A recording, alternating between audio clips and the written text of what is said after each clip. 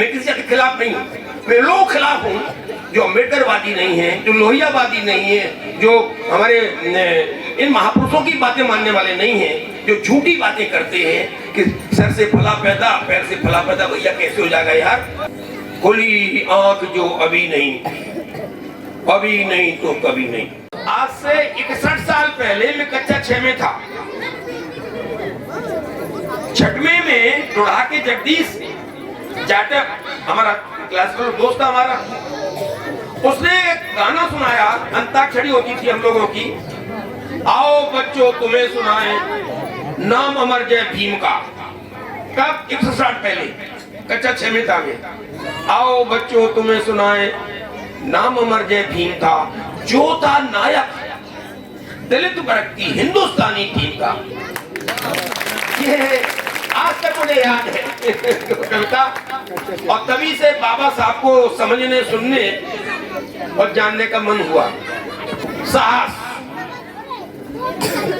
करवटता और गोल पे निगाह, निशाना, कहां जाना है, ये किए रहोगे तो जिंदगी बहुत आगे जाओगे। मेरे पिता छोटे मर गए थे। मैं अपने गांव का पहला हाई स्कूल, बड़ी मुश्किल से हाई स्कूल किया। अम्मा ने लला कोले पढ़ रहे और छोड़ो तो कोई नहीं पढ़ो गांव में, न कोई जद्दारी पढ़ो है। मैं नहीं माना।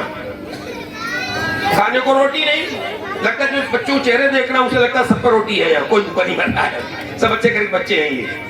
मेरे पास बाकी खाने को ठीक से रोटी नहीं थी, पहनने कपड़े नहीं थे, किताबों के लिए पैसे नहीं थे। तभी मना नहीं, पढ़ता रहा।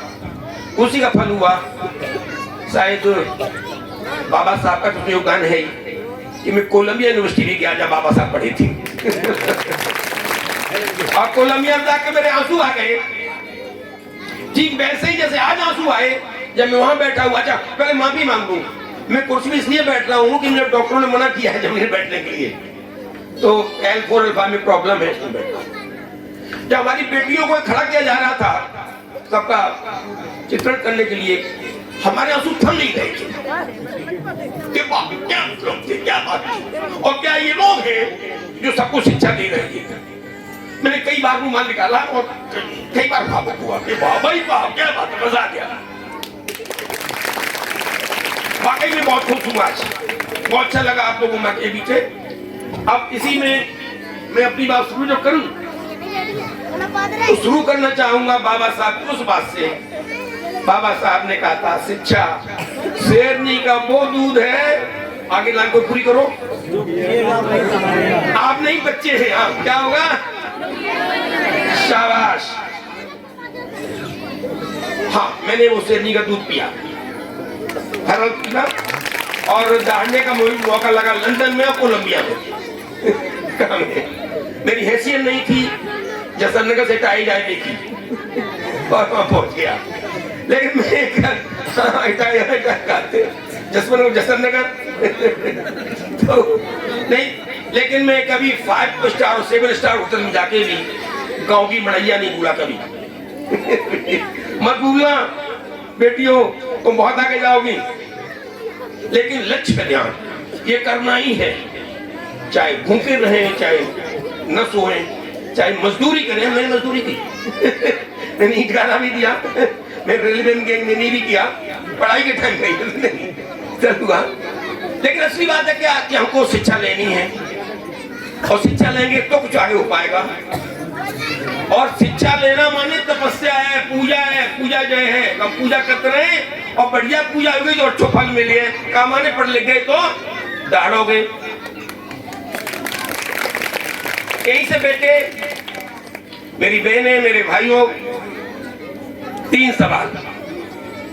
पहला सवाल ये, क्या आप लोगों को मालूम है कि हमें शिक्षा का अधिकार सबसे पहले कब मिला? हमें माने शूद्रों को, बनिया ब्राह्मण, क्षत्रिय छोड़ के सब शूद्र, और किसी भी जात की स्त्री को, स्त्री चाहे किसी जात की हो, ब्राह्मण जाति की हो, ठाकुर की हो, क्षत्रिय की हो, उन सब स्त्रियों को पढ़ने का अधिकार नहीं था। कोई बेटी बताएगी? 1813 में ब्रिटिश की संसद में चार्टर 7 लागू किया गया कि भारतवर्ष के सभी को शिक्षा दी जाएगी। शुरुआत हुई। अब जिनका बहुत जिक्र किया गया है, माता सावित्री बाई फुले और बहन फातिमा शेख। अच्छा, मैं बाय द वे इसको बहन फातिमा शेख बोलता हूँ। तो कहानी ये हुई, 1 जनवरी 1830 में माता सावित्री बाई का जन्म होता है। 9 साल में शादी हो गई। क्या हुआ भैया? बहुत बहुत मुबारक हो। चलिए आपको एक फोटो खींचो भैया के साथ हमारा। क्या बिटकुट नहीं, क्या करते हैं?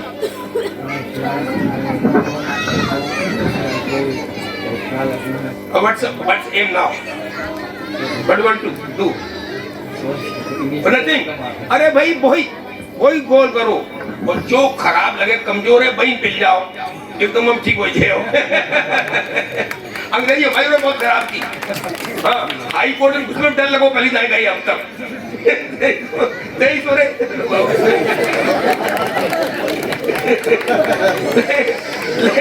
लेकिन मैं अंग्रेजी पिल गए, फिर हम लड़ाती कैसे कम होते हैं। तो आप सोचिए बेटो कि शादी हो गई, चली गई वो। शादी हुई, महात्मा ज्योतिबा फुले हो गई। इधर सर वो सामने, इधर है, दोनों साथ साथ पीछे लगा हुआ है। हाँ। उन्होंने जब वो खेत में खाना लेके जाती थी माता सावित्री बाई, तब वहां खेत में पढ़ाते थे। कानून लागू हो गया था, लेकिन कोई पढ़ने की हिम्मत नहीं थी किसी को पढ़ाने की, तो ये अपनी पत्नी को खेत में पढ़ाते थे। लोगों ने कहा बहुत बुरा काम कर रहा हो, कि तू बदमाश है, अपनी औरत को पढ़ाए रोज। तो खिलाफत की, वो नहीं माने। घर में शिकायत की, माँ बाप ने बहू बेटा दोनों घर से निकाल दिया। अरे इतना बड़ा काम कर रहे हो, नहीं पढ़े, नहीं पढ़ानी, नहीं माने ये जोड़ी।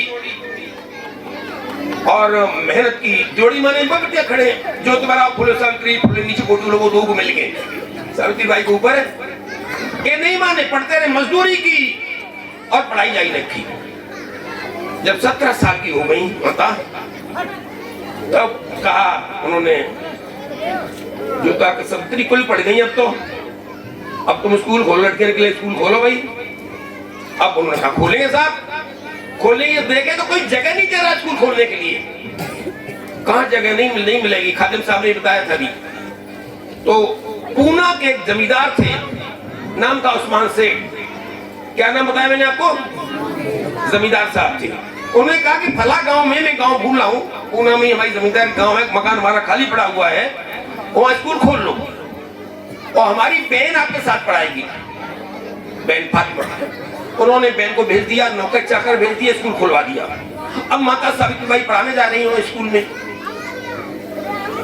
हमारे जैसे लोग जो शिक्षा विरोधी थे, महिलाओं के खिलाफ थे, वे उसको गाली दे रहे हैं, मिट्टी फेंक रहे हैं, कीचड़ फेंक रहे हैं, कपड़े गंदे उतरते माता के मानी के।